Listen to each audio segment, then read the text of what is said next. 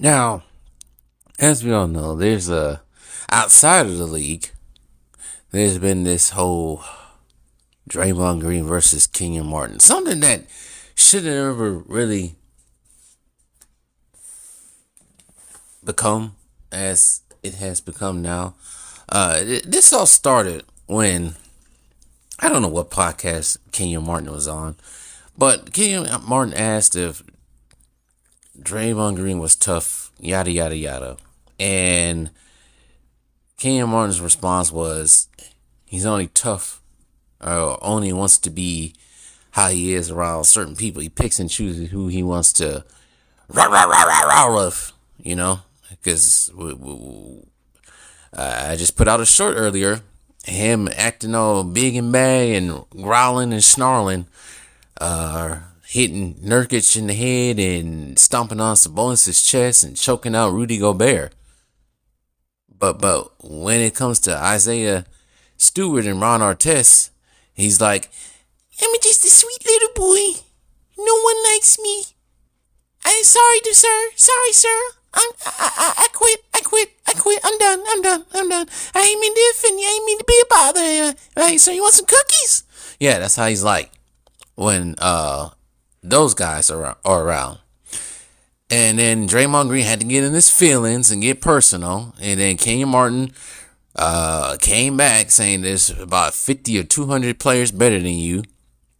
Talking about Draymond Green and everybody else has added then input. And pretty much everybody who's added the input so far has been, I think, Reggie Miller, Kenyon Martin's old teammate, Richard Jefferson, Paul Pierce has said something about it.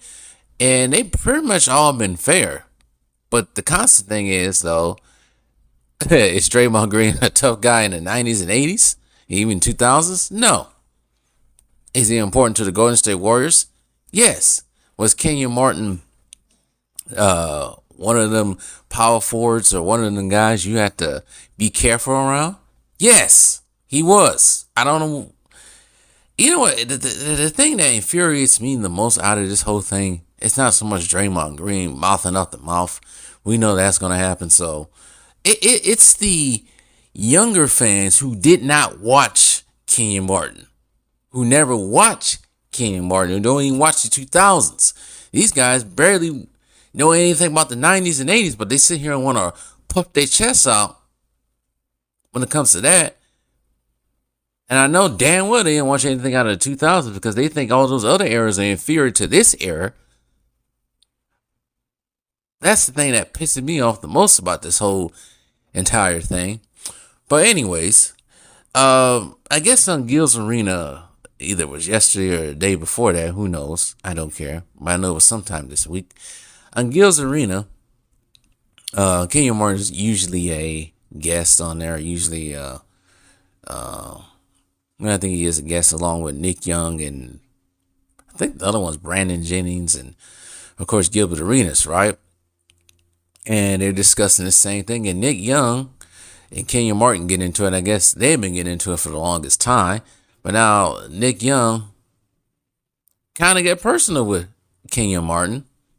Talk about underachieved. You only got one All-Star, never got a ring. You the reason why you never got a ring and all this other stuff.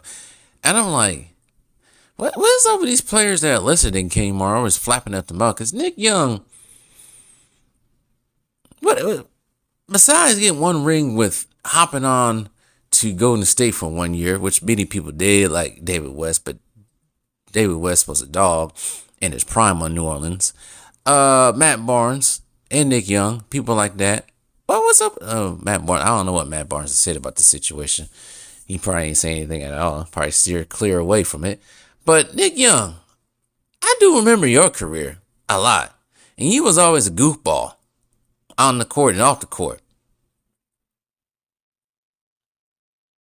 So,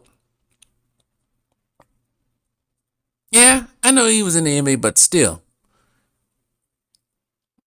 Why are you getting all personal with Kenyon Martin? But it's not so much that he got personal with Kenyon Martin.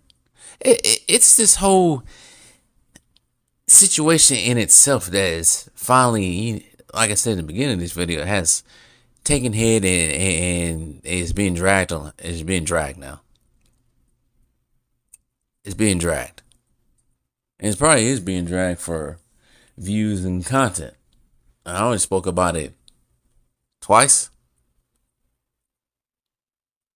so far.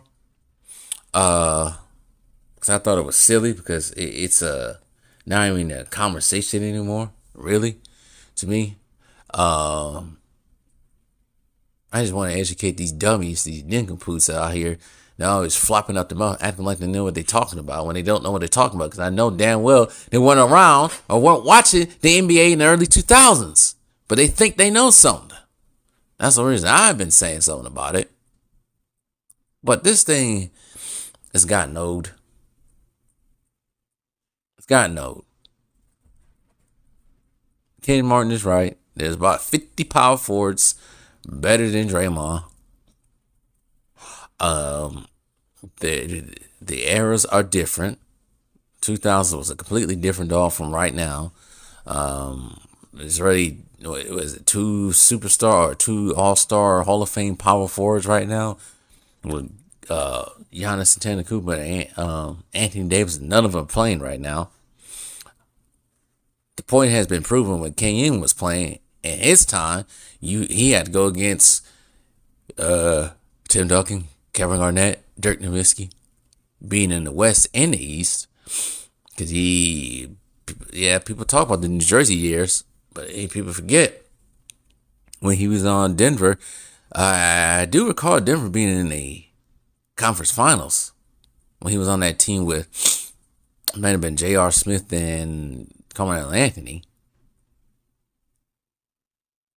But he had to face those in the waning days of Karl Malone too. You want to add him in there, but he had to face those dudes and many more.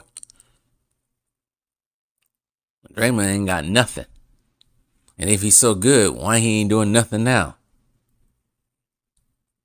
He got to be doing something to be talking all this bull. But he's only talking like that because, of course, he got what Jordan Poole said. He was a backpack. With that backpack shot. He was very, very fortunate to get into this position with the Golden State Warriors. Because he had to replace, and I forgot about this. It's been so long ago, but he replaced another power forward that was better than him. And David Lee.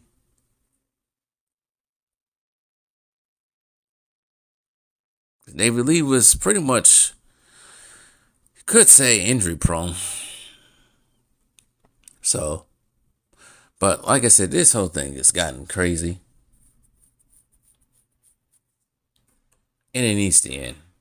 Because everybody who saw Kenyon Martin, who played with Kenyon Martin, made their point.